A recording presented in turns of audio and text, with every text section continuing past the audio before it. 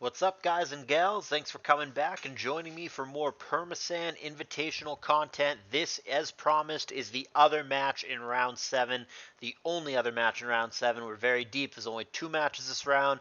You already saw the first one. If not, go check it out, Finch and Starmaster. Here is the other one, Roses and M-Dragon. Once again, I emphasize the stakes here. We are very deep. They are not directly playing for the money, but it is damn close. The winner here will face the winner of Finch and Starmaster, which I won't spoil, but that did already happen. And that's going to be the 4th place match. So the winner of the match after this gets that guaranteed cash money. We're very deep. No matter what happens, these guys have had great tours, but only 3 players can make the cash money. They're going to fight for it. Rozes is on this alt that he's been using throughout the tour. Inquisitor Glockta, whoever that is, I'm sure it's some video game or anime or whatever, but I don't recognize the reference. And M-Dragon on the top, playing as M-Dragon. Hey, works for me. Here is game 1 in their best of 3. It is in good old Gen 3. So, Rozes, like I said, Inquisitor Glockta, and M-Dragon on the top. It is a lead Celebi, which is definitely going to trump a lead Pert. Going to go for the immediate Leech Seed. Aerodactyl going to scare him away, and we have a Spinner versus a Spiker. Earthquake and Spikes respectively, and he goes Earthquake again as opposed to Rapid Spin. And M-Dragon does a Magneton check, which I think is wise, but he didn't go for it there. And Gengar comes in at this point in case it's another Earthquake or Rapid Spin, both of which he's immune to. Neither of those things happened. It was simply a failed Protect. Umbreon comes in to try to trap it, but Hypnosis, which M-Dragon has been using Hypnogar forever. He's a big fan. Since the dawn of time, he has been using that variant of Gengar. But it's a quick wake-up for Umbreon, and the pursuit does get off. But of course, because it's so much weaker than something like Tyranitar, it only does 52%. Nevertheless, should Gengar get trapped again and get unlucky with Hypnosis, he's in some trouble. Earthquake whiffing here from the Donphan. Umbreon making a return appearance, and M-Dragon does not get out of the way. He simply goes Hypnosis here. Of note, there is no sand in play right now, which is a crucially, well, just kidding. There hasn't been sand up to this point, so the Gengar did get a bunch of lefties back, but now we've got sand in play. And both players obviously are going to be affected by that, including this Umbreon, which is going to get roared out and step on 2 spikes when it does. Here comes the Donphan counter. That's also going to get roared out.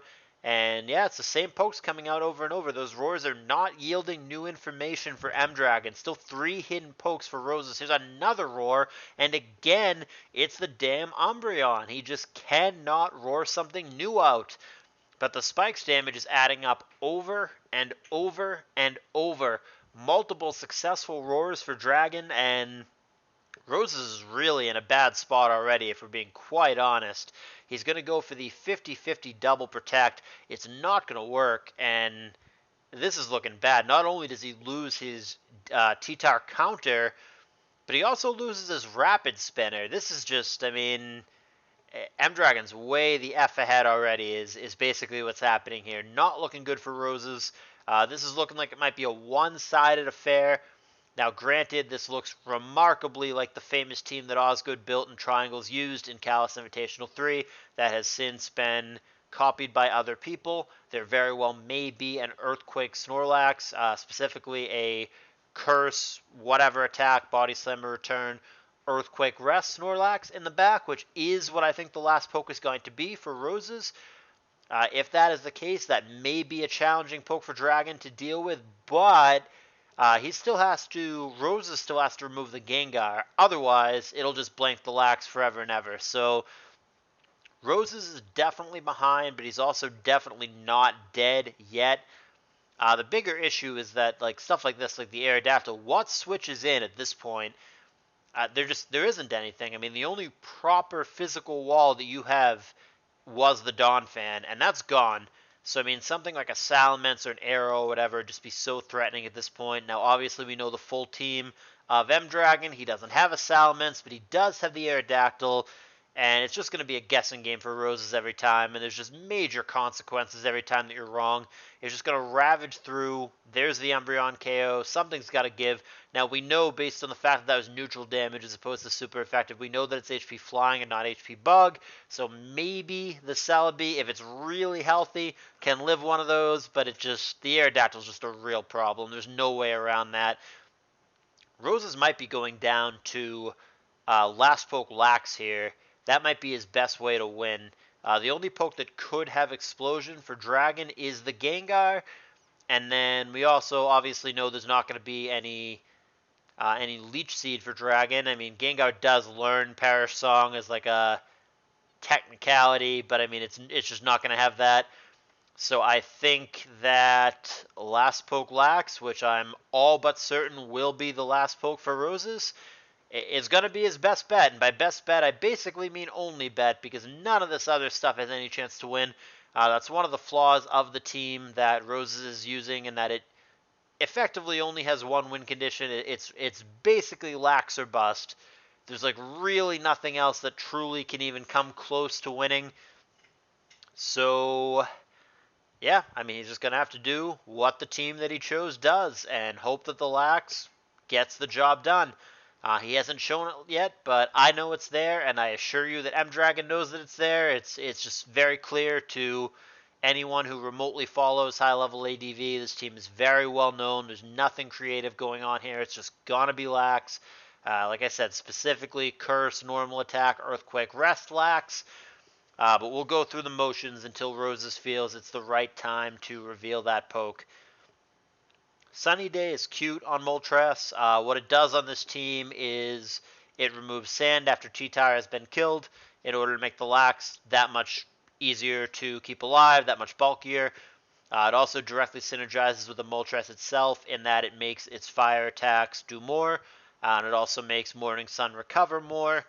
So it's a cute little utility move on this team, but I don't think it changes too much in this situation because the T-Tower for Dragon is not only alive, but it's at 100%. So going to be able to come back in, get that sand going. I don't think that there's a lot that Rozes can do to stop that. Here is the Tyranitar. See if he can get a Will-O-Wisp on it. He does. That was a good play for Rozes. Does catch it with that move on the way in. Now is to be very careful, though, to not get shanked in the Crunch Pursuit game. He does get a Sunny Day off. As Crunch comes down, he takes it actually pretty well, only 38%. This is going to enable... Oh, what a bad miss. This is going to enable him to Morning Sun. M-Dragon predicts the Morning Sun. Rozes predicts that he would predict the Morning Sun. Goes for Will-O-Wisp, which is absolutely the right play. Would have been devastating to the Aerodactyl, but the Will-O-Wisp doesn't cooperate at the worst time.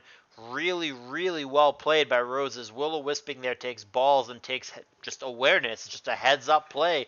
You have to know what's going on to make that play. It was the right play. It was a great play, and he was not rewarded. That sucks for Rozes. I hate when I watch people make really good high-level plays that a lot of people wouldn't make and then have them not work out, which is exactly what happened there. That Will-O-Wisp was brilliant, but it's going to whiff. And unfortunately, I think Rozes is enough behind to where dumb things like that, just, you know, a miss that he can't afford is probably going to be the difference. M-Dragon doesn't Ice Punch there, which is a bit curious. I don't know why he goes for Hypnosis. I think Ice Punch would have killed the Celebi, and if he had switched and gone to Lax, there would have been no point of going for Hypnosis there. So that feels like a very clear, and we know that he has it because we already saw it, that feels like a very clear Ice Punch turn to me. I don't understand the Hypnosis. I think that might have been a questionable play there for Dragon. But like I said, I do think that he's far enough ahead to where it probably doesn't matter. Celebi does wake and get the Leech Seed off, and I mean, that'll deter the Aerodactyl. Or I guess it won't deter the Aerodactyl. There's the Double Edge. And yeah, that is nowhere near enough. Lax is still dead. There's the Double Edge, and Rose is going to fall down. M-Dragon going to take this one. Other than that weird Hypnosis turn, I thought that M-Dragon played well enough. Rozes, like I said, with that really good Will-O-Wisp, just predicting the prediction, one step ahead. Unfortunately, he missed it. It very well could have mattered if the Aerodactyl had been burnt here. It's not a guarantee. It becomes interesting at that point, but it is definitely possible that the Lax on its own could have cleaned up the whole team from Dragon from this position if the Aerodactyl had been burnt. Like I said, not guaranteed. Maybe the Gar has Boom. Maybe the T-Tar gets immediate Crunch special drops, and then that, plus like Hydro Pumps from Swampert, is enough to overcome the Lax. There's a lot of things that could have happened at that point. But the Will-O-Wisp miss just so crippling, and Rozes not able to recover, and the scoreboard certainly does not indicate. The scoreboard makes it look a lot less close than it was or than it could have been. But shoulda, woulda, coulda, all that good stuff doesn't matter. The only thing that does matter is what did happen, and M-Dragon did win. Now, Rozes is going to have to beat him in a Gen 4 and a Gen 5 game. He gets to pick which one happens first, but he's going to have to beat him in both, or he's going to be out of here with a very solid and respectable top 6 finish, but a short of the money top 6 finish. So, Rozes has opted to bring us over to Gen 4. Let's get right into it. Rozes again, Inquisitor Glockta, and M-Dragon is M-Dragon. Here we are. We have an Uxie and a Hippowdon, respectively. A shiny Uxie, in fact. And man, Stall is so popular in DPP in this tournament. Clefable just feels ubiquitous these days. That damn thing is everywhere. And after some shenanigans, changing the weather, setting up rocks, all that good stuff, Uxie has done its job. He decides he U-turns out. We've got a shiny theme team evidently going for Rozes. Hey, that's shiny too. And that makes sense as to why he's got a Rain Dance going. He is helping out this Kingdra. It's going to swim swiftly, and it's going to start doing some damage. Hydro Pump there on Lati. It may or may not survive another. If it got the same roll as before, it wouldn't. But he didn't get the same roll, and that roll mattered a lot. The difference between the Thunder Wave happening there or not is crucial. Would have killed the Lati, would have never been paralyzed. That was a back-breaking roll. I don't know what the roll was. I don't know what the odds were there. I don't know if that was a 50-50 or if it like heavily favored one guy or another. I don't know DPP calcs well enough. Hell, I don't know ADV calcs well enough. But that roll definitely mattered. We already know that he could have killed because we saw the 47% chance before, but he didn't get it that time, and that's a huge break for M-Dragon and very bad for Rozes. And I would certainly think at this point, I mean, I don't want to just harp on that one turn for the whole game, but basically because of that one turn, basically because of that one roll, it's just going downhill real fast for Rozes. M-Dragon in a great place. I love the creativity here from Rozes. He brought the fucking Rain team, and he is not dinking around. It's not just the Kingdra. He went the whole way. He's got the Quillfish. He's got the Ludicolo. He's got the army of Swift Swimmers here. He is all in on making it rain so he can make it rain with that cash money later in the tour. But he's going to have to win this game, which it's not looking too pretty, and another game. But, I mean, let's just start here. Can you win this game, Rozes? Not looking so hot right now, but we're not done. Sand is going to negate Rain, but Rozes, again, with a great prediction, knows that play is coming and goes for Rain Dance again. He's now going to blow on Skarm, which, I mean, I guess lack of anything better to do. Ludicolo with Hydro Pump. All right, there's a kill. Rozes on the board brings us to 5-5. Can he make something happen from this momentum? Losing the Rain certainly is not where he wants to be. Here's Rachi. There's a Hydro Pump anyway. Obviously way less damage when it's not boosted by Rain, but it still does a decent chunk to Rachi. Unfortunately, it can't kill it, though. Rain Dance is on the Wish turn. He's all speedy and stuff again. Quillfish comes in, and a Whiffed Protect from M-Dragon. Not that I blame him for going for it there. Quillfish going to dance up. Body Slam needs to crucially, needs to avoid the para there, but he doesn't. Rozes has not caught the breaks in this series, and man, is that even worse. Not only paralyzed, but fully paralyzed. It's going to make Quillfish do a whole lot of nothing. There is the Dragon Pulse and the KO, and things just bad to worse for Rozes. He cannot catch a break with the RNG in this series. He's made multiple good predictions, and he just isn't getting what he needs. It's really starting to come off the rails. Desperately needs a crit or a freeze there. Doesn't find either one. There's Dragon Pulse. It's only 2 pokes for Rozes, one of which is this paralyzed Kingdra. Dragon Pulse for the KO. Rozes down to his final poke. He will live and die in this tournament with this Empoleon. It is time to make a stand, and by that I mean it is time to be fully paralyzed yet again. There is Swords Dance. Maybe with a couple cooperative Aqua Tails, he can find a way, especially if he gets another Swords Dance off here. There it is. Maybe Aqua Jet can get him the game.